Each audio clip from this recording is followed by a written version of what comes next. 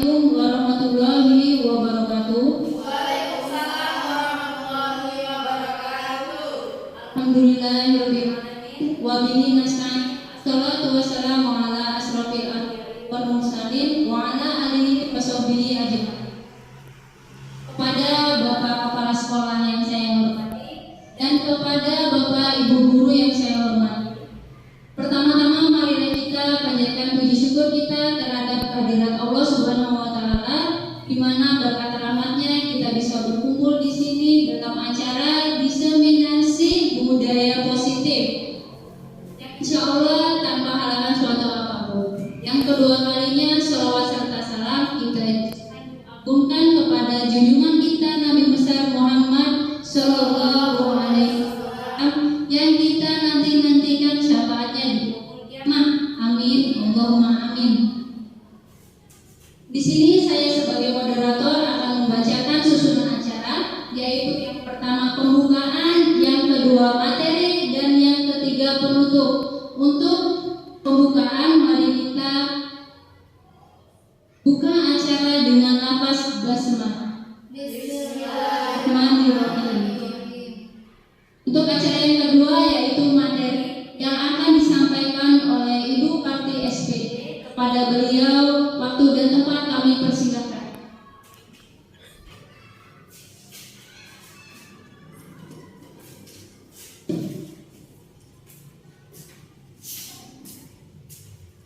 Assalamualaikum warahmatullahi wabarakatuh. Waalaikumsalam warahmatullahi wabarakatuh. Yang terhormat Bapak Kepala Sekolah SDN Bapak Abdul Latif SDI.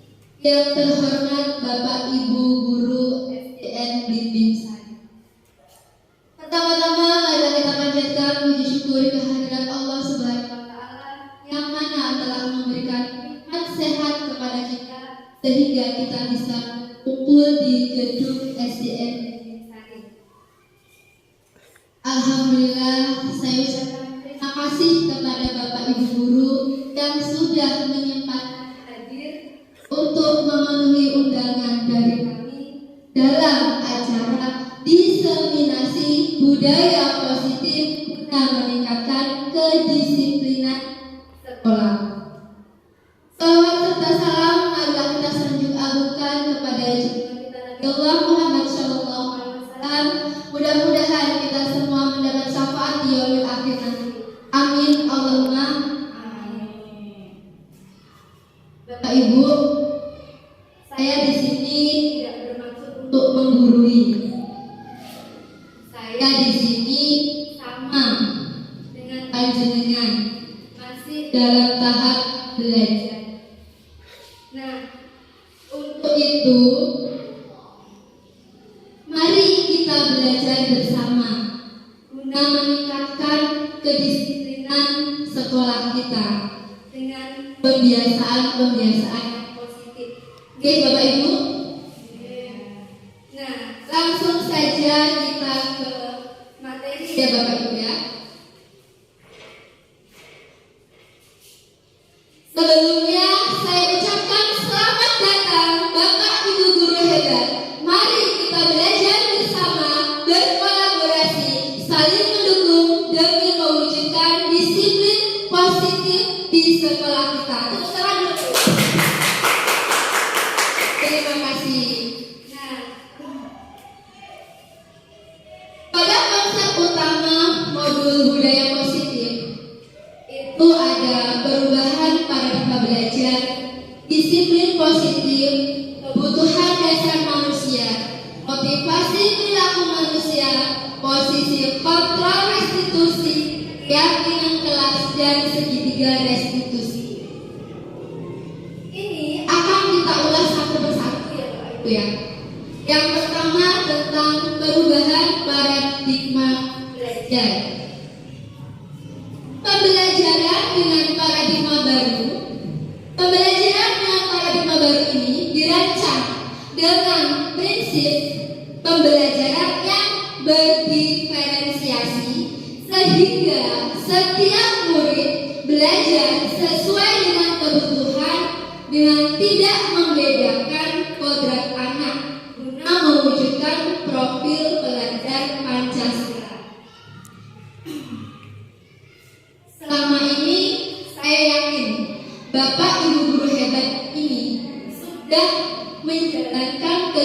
memberikan pembelajaran yang sebagus mungkin.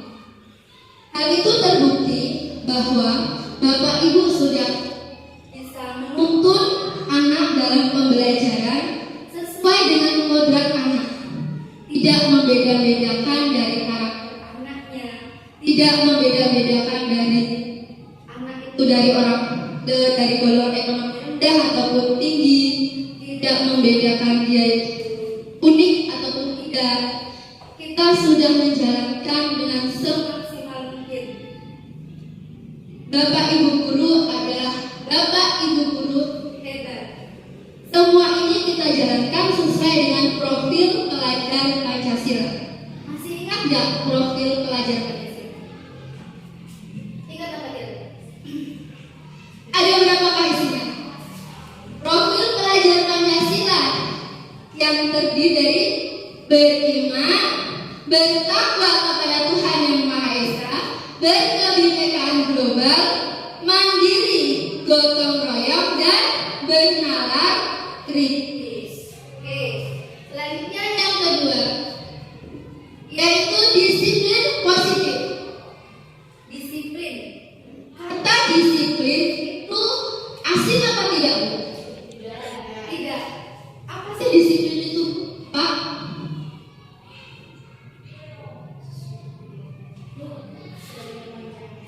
Apa dari disiplin?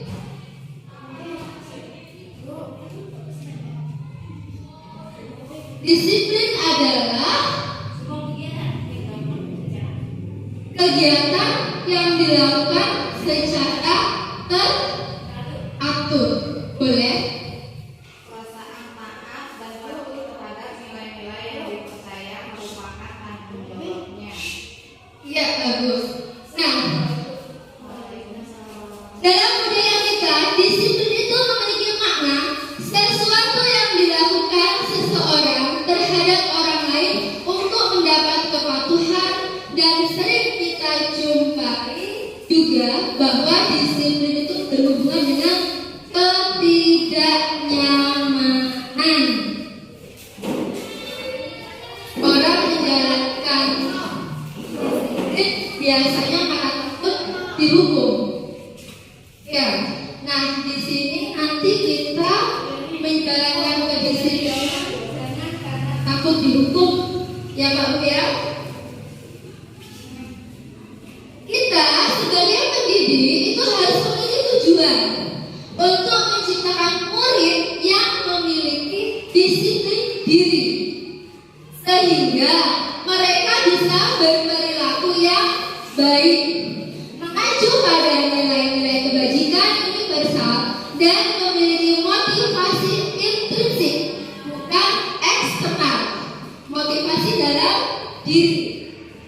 Nah, dengan disiplin positif, kita juga bisa menumbuhkan kesadaran serta memberdayakan anak untuk melakukan sesuatu tanpa sogokan, tanpa ancaman ataupun hukuman. Motivasi intrinsik itu motivasi yang timbul dari dalam diri kita, bukan pengaruh dari orang lain. Artinya, anak itu melakukan sikap disiplin itu karena dorongan dari diri sendiri, bukan karena saya memakai seragam dengan tertib itu karena saya takut dihukum. Jangan seperti itu. Kalau karena takut dihukum, itu artinya dia motivasi eksternal, bukan motivasi dalam diri. Paham Bapak Ibu? Terima kasih. Nah, setiap murid menjalankan ataupun tidak sikap disiplin itu karena kebutuhan. Dan kebutuhan dasar itu ada 5. Ada kebutuhan hidup, kasih sayang dan rasa diterima, penguasaan, kebebasan, dan kesenangan. Kebutuhan hidup itu seperti sandang, pangan, papan. Kemudian kasih sayang dan rasa diterima. Kita sering menjumpai murid yang terkadang itu bersikap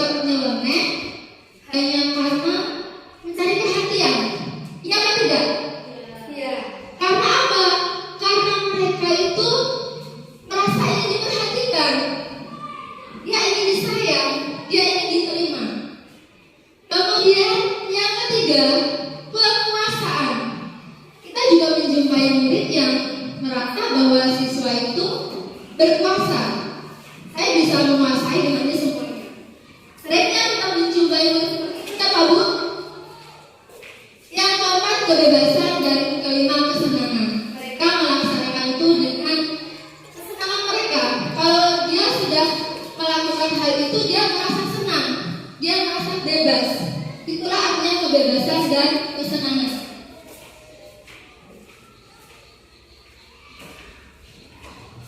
Selanjutnya, motivasi perilaku manusia. Motivasi merupakan dorongan yang timbul pada diri seseorang secara sadar atau tidak sadar untuk melakukan suatu tindakan dengan tujuan tertentu. Biasanya itu murid melakukan disiplin itu karena beberapa hal. Bisa karena dia ingin menghindari hukuman, bisa karena dia ingin mendapatkan imbalan, juga bisa karena dia sadar akan nilai-nilai kebajikan yang ada dalam dirinya. Kalau murid itu melakukan disiplin karena menghindari hukuman, berarti dia itu hanya ingin takut kalau dihukum. Kalau terpaksa, betul. Sifatnya terpaksa.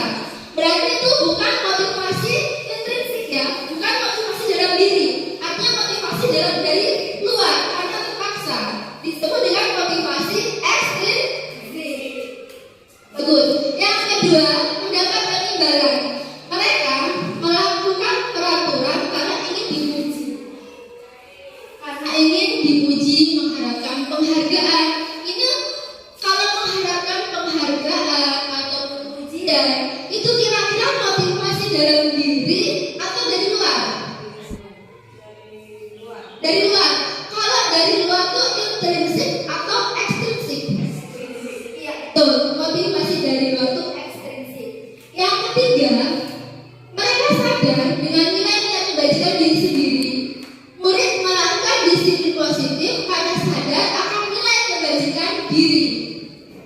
Ini merupakan timbul dari diri kita. Artinya kesadaran diri untuk melakukan hal itu. Berarti ini motivasi dalam diri yang disebut dengan motivasi intrinsik.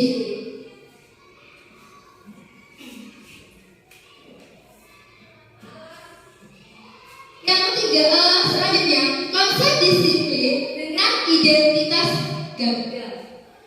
Kenapa sih kok gagal? Karena biasanya kegagalan itu dilakukan karena dua hal, hukuman dan penghargaan. Mereka melakukan sikap disiplin itu karena takut dihukum, sehingga bisa menyakitkan, tidak nyaman. Murid takut untuk jujur, murid menyembunyikan masalahnya, dia tidak jujur. Kemudian murid merasa rendah diri. Itu kalau berdasarkan hukuman. Kalau berdasarkan penghargaan, jadinya tidak efektif. Kemudian menimbulkan sifat iri. Kenapa kok bisa sifat iri? Contoh, murid berprestasi dan murid tidak berprestasi. Murid berprestasi itu mendapat hadiah. Kata murid yang tidak berprestasi, nah yang dapat hadiah dia aja. Kenapa sih nggak aku? Jadi dia iri. Seperti itu ya Pak ya. Kemudian mematikan kreativitas, lalu merampas hak untuk menghargai dirinya. Jadi dia itu tidak menghargai dirinya. Dia mematikan kreativitas, tidak mau berkembang karena tidak mendapatkan penghargaan. Seperti itu. Selanjutnya yaitu konsep disiplin dengan identitas sukses. Sukses itu berkaitan dengan konsekuensi dan restitusi. Kalau konsekuensi itu tidak asing ya Pak Bu. Tapi kalau restitusi, jujur saya itu baru mendengar kata restitusi ya sekarang ini ketika saya mengikuti pendidikan guru penggerak. Sebelumnya saya belum pernah mendengar kata restitusi. Nah, konsekuensi dengan pernyataan jangka pendek dengan memberikan stimulus respon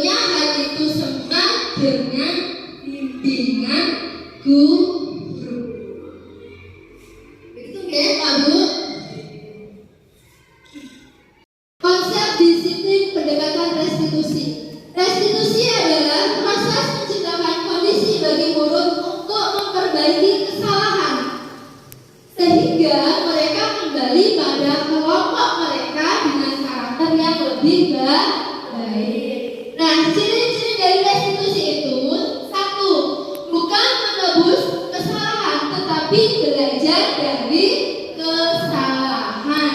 Yang kedua, untuk memperbaiki hubungan.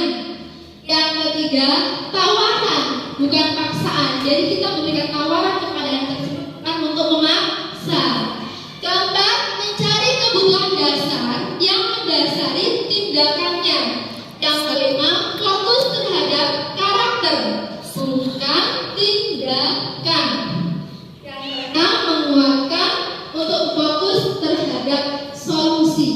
Jadi memberikan solusi terhadap masalah tersebut.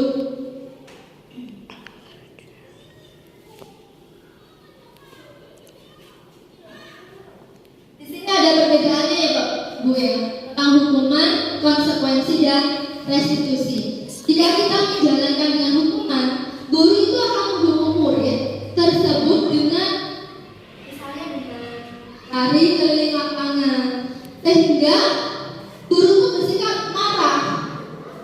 Kalau guru sudah marah, murid pasti takut. Kalau konsekuensi, contoh yang murid tidak mengerjakan PR tadi ya Bu ya, guru memberikan konsekuensi untuk menggantikan waktu istirahat sebagai tambahan waktu untuk belajar. Ketika istirahat, karena kamu tadi tidak mengerjakan PR, waktu istirahat silakan dikerjakan. Nah, di situ guru tugas dan murid menghormati peraturan. Kita dengan restitusi, guru menanyakan keyakinan kelas dan membantu murid untuk menyelesaikan masalahnya. Nah, guru terbuka dan murid menghormati dirinya dan juga orang lain.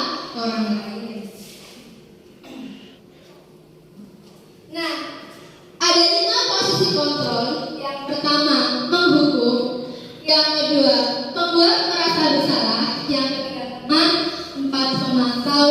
Dan yang terakhir adalah posisi yang paling tinggi, yaitu posisi manajer. Contoh beberapa 5 posisi kontrol, misalnya murid tidak mengerjakan PR tadi. Dengan posisi menghukum, patuhi aturan sekolah, lalu keliling lapangan kali, itu posisi menghukum. Tapi kalau membuat merasa bersalah, biasanya dengan menggunakan kata-kata, berapa kali ibu itu harus memberitahu kamu, ibu kecewa sama kamu, sehingga murid itu merasa bersalah bahwa dengan perbuatan murid, ibu guru kecewa. Kesalahan itu terfokus pada murid. Jadi murid itu merasa guru itu gagal karena kesalahan murid. Seperti itu ya Bu. Kalau posisi teman, ayolah yang tertib, buat guru bangga. Kali ini tak apa. Seperti itu. Nah, kalau posisi teman, misal dengan guru A, dia bisa menghormati, tetapi dengan guru yang lain belum tentu, karena dia sudah terbiasa menganggapnya sebagai teman. Nah, kalau posisi pemantau, kamu sudah melanggar apa peraturan dan konsekuensinya. Kamu sudah melanggar apa, melanggar peraturan apa, dan bagaimana konsekuensinya. Itu kalau posisi memantau. Kalau posisi manajer, itu dengan menanyakan keyakinan kelas. Apakah kamu tahu kesalahannya? Penyebabnya itu apa? Kemudian, kira-kira bagaimana cara kamu untuk memperbaiki kesalahan tersebut? Posisi manajer itu membimbing murid untuk mempertanggungjawabkan kesalahannya berdasarkan keyakinan kelas yang sudah disepakati. Seperti itu.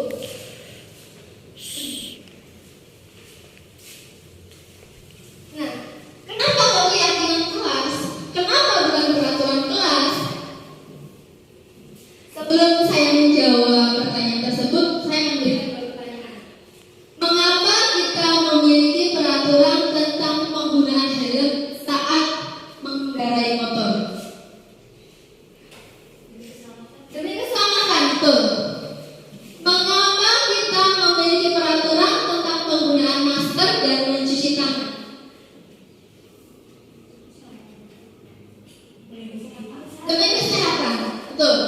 helm demi keselamatan, masker penggunaan untuk kesehatan. Keselamatan dan kesehatan itu adalah keyakinan kita. Kita yakin dengan menggunakan helm, menggunakan masker, kita akan menjaga keselamatan kita. Menggunakan masker menjaga kesehatan kita, bukan peraturan. Makanya ini kenapa kok keyakinan kelas? Kenapa kok keyakinan kelas bukan peraturan kelas? Karena sesuatu yang diyakini. Nah, untuk membuat keyakinan kelas, guru bersama murid itu bisa berdiskusi bersama. Membuat keyakinan kelas dengan hal-hal berdiskusi tentang peraturan. Kemudian memutuskan peraturan menjadi keyakinan. Yang ketiga, menempelkan keyakinan kelas tersebut nanti ditempel di pojok. Jadi saya minta Bapak Ibu wali kelas untuk membuat keyakinan kelas bersama murid-muridnya dengan langkah berdiskusi terlebih dahulu dengan murid dalam satu kelas tersebut. Kemudian memutuskan dari peraturan tadi menjadi suatu keyakinan. Setelah itu yang terakhir, apa yang sudah diputuskan tadi ditempel di kertas kecil-kecil, kemudian ditempel di bagian pojok. Ya, ini saya contohkan kelas saya sudah membuat keyakinan kelas. Gambar yang pertama, berdiskusi tentang peraturan. Saya bersama murid-murid saya berdiskusi peraturan apa yang ada. Setelah itu memutuskan dari peraturan tadi menjadi sebuah keyakinan. Dan yang terakhir, menempelkan keyakinan tersebut di pojok. Boleh pojok, boleh di bagian depan, terserah. Nah, keyakinan kelas untuk kelas 5. Ini ketika saya memutuskan keyakinan ya Bu ya. Kan ditulis dulu tuh di papan tulis, bermusyawarah dengan anak-anaknya, ditulis di papan tulis. Setelah itu baru diputuskan keyakinan kelas mana yang akan dipakai. Nah, ini contoh keyakinan kelas 5 Bertriasi Bibisani yang sudah saya terapkan. Keyakinan kelasnya ada di sisi waktu, belajar dengan tertib, semangat dan percaya diri, belajar dengan bertanggung jawab, saling menjaga kebersihan, saling menghormati, bergotong royong, dan menerapkan budaya 5S. Ada yang bertanya? Belum selesai. Ada tambahan lagi. Ketika kita sudah membuat keyakinan kelas, apabila murid melanggar keyakinan kelas tersebut, maka kita akan menyelesaikannya dengan segitiga restitusi. Ketika menyelesaikan dengan segitiga restitusi, itu kita mengacu kepada keyakinan kelas kita. Dan video masalah menyelesaikan masalah dengan segitiga restitusi.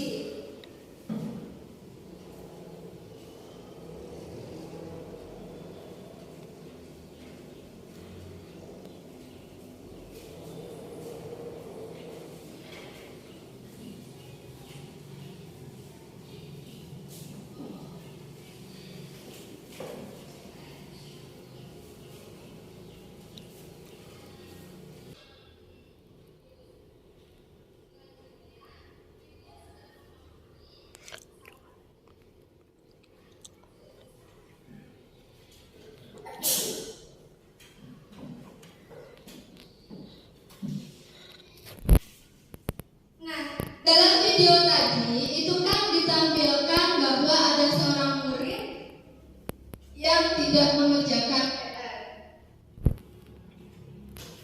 Di situ saya memberikan pertanyaan, kenapa Widya tidak mengerjakan PR?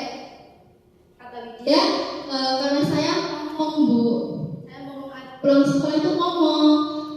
Terus saya bertanya lagi, biasanya kalau mengerjakan PR apa hanya siang hari? Tidak Bu, biasanya saya mengerjakan PR kalau tidak pulang sekolah ya malam setelah mengaji.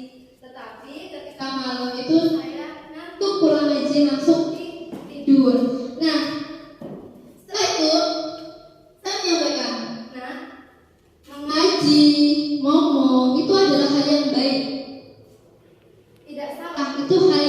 baik. Tetapi kamu sebagai murid tetap harus memiliki rasa tanggung jawab untuk mengerjakan PR.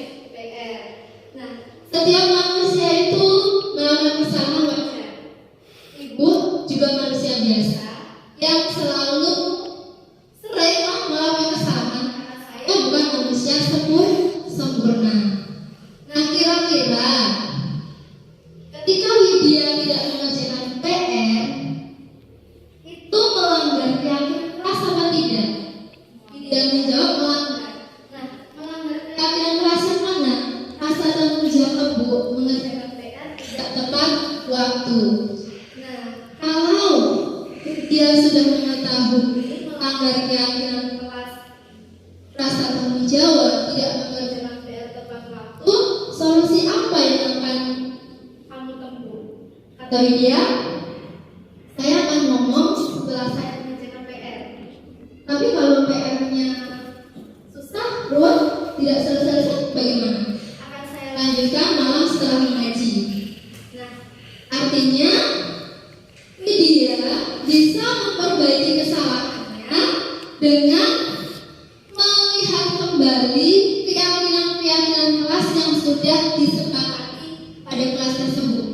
Jadi nanti Bapak Ibu membuat keyakinan kelas semua ya Pak Bu ya, dari kelas 1 sampai kelas 6. Dibuat ditempel di pojok kelas. Dengan adanya keyakinan kelas tersebut, kita bisa menjalankan dan bisa memberikan efek jerah kepada anak yang melanggar. Tetapi ini tidak langsung selesai, tidak sekali selesai dengan restitusi itu. Kita bisa melakukan berkali-kali. Jelas Pak Bu? Jika jelas, adakah yang ingin bertanya? Saya mohon izin untuk bertanya mengenai keyakinan kelas tadi kan silakan ke masing-masing kelasnya. Iya. Untuk penentuan poin itu ada batasan atau tidak? Misalkan satu kelas ini mengambil 5 poin dalam keyakinan kelasnya. Pertanyaan dari Ibu Mega kelas 6 bertanya, apakah keyakinan kelas terbatas? Ada sekian poin, 1, 2, 3, 4, 5 dan seterusnya. Dibatasi apa tidak?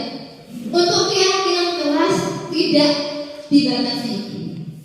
Artinya Bapak Ibu berdiskusi dengan murid masing-masing tentang peraturan. Nah, dari peraturan tadi dirembuk bersama, dibuatlah untuk menjadi keyakinan kelas yang mana yang bisa disepakati. Jadi tergantung kesepakatan dari Bapak Ibu beserta murid tersebut. Kalau kelas saya itu kemarin membuat 10, tetapi ketika kita bermusyawarah dan yang kita yakini sebagai keyakinan kelas hanya ada 8. Begitu. Jadi tidak terbatas, boleh berapa poin saja. Terima kasih pertanyaannya bagus itu Bu. Ada lagi? Cukup? Untuk penerapannya itu kan dari kelas 1 sampai kelas 6. Iya benar. Itu nanti adakah waktu yang ditentukan? Misalkan minggu ini harus sudah membuat keyakinan kelas. Jadi kompak kita dari kelas 1 sampai kelas 6 minggu depan sudah menerapkan keyakinan kelas itu. Bagaimana? Benar, ini kita lakukan bertahap. Minggu pertama itu sudah mulai besok ya Bu. Nah, mulai besok itu harus dimusyawarahkan dengan muridnya masing-masing dari kelas 1 sampai kelas 6. Nanti saya akan melakukan pendampingan ketika membuat keyakinan kelas. Saya bisa kok hadir di situ. Itulah. Kemudian ketika minggu kedua keyakinan kelas tersebut diusahakan anak-anak sudah menulisnya. Dan minggu ketiga itu sudah ditempel, minggu keempat sudah bisa dijalankan. Begitu Bu. Baik, terima kasih atas penjelasannya. Sama-sama. Suatu pertanyaan yang luar biasa dan ya mudah-mudahan dengan apa yang sudah saya sampaikan ini bisa dijalankan. Karena di sini saya bukan menggurui ya Bu ya, kita belajar bersama. Saya tidak menggurui. Saya yakin Bapak Ibu guru di sini adalah guru yang hebat. Begitu. Masih ada?